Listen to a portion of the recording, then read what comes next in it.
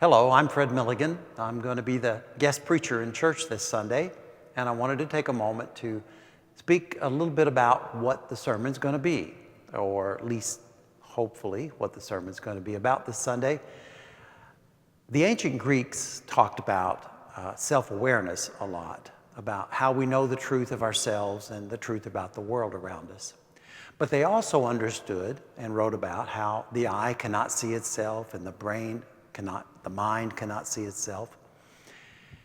And so there was a paradox there. We seemed condemned to a kind of blindness. They had their ideas about how to get around this, but Jesus also had some ideas about this.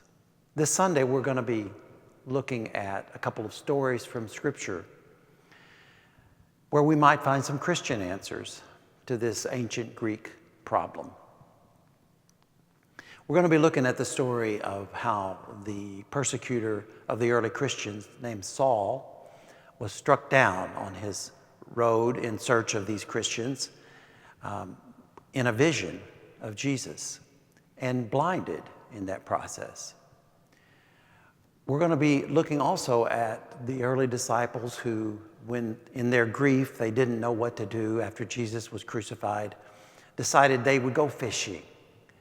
And as they were fishing without any success, unable to see the fish that were right by their boat, a stranger on the shore told them where to look.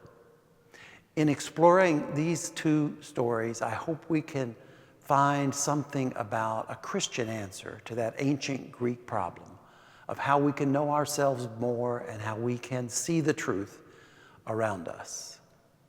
I look forward to seeing you on Sunday.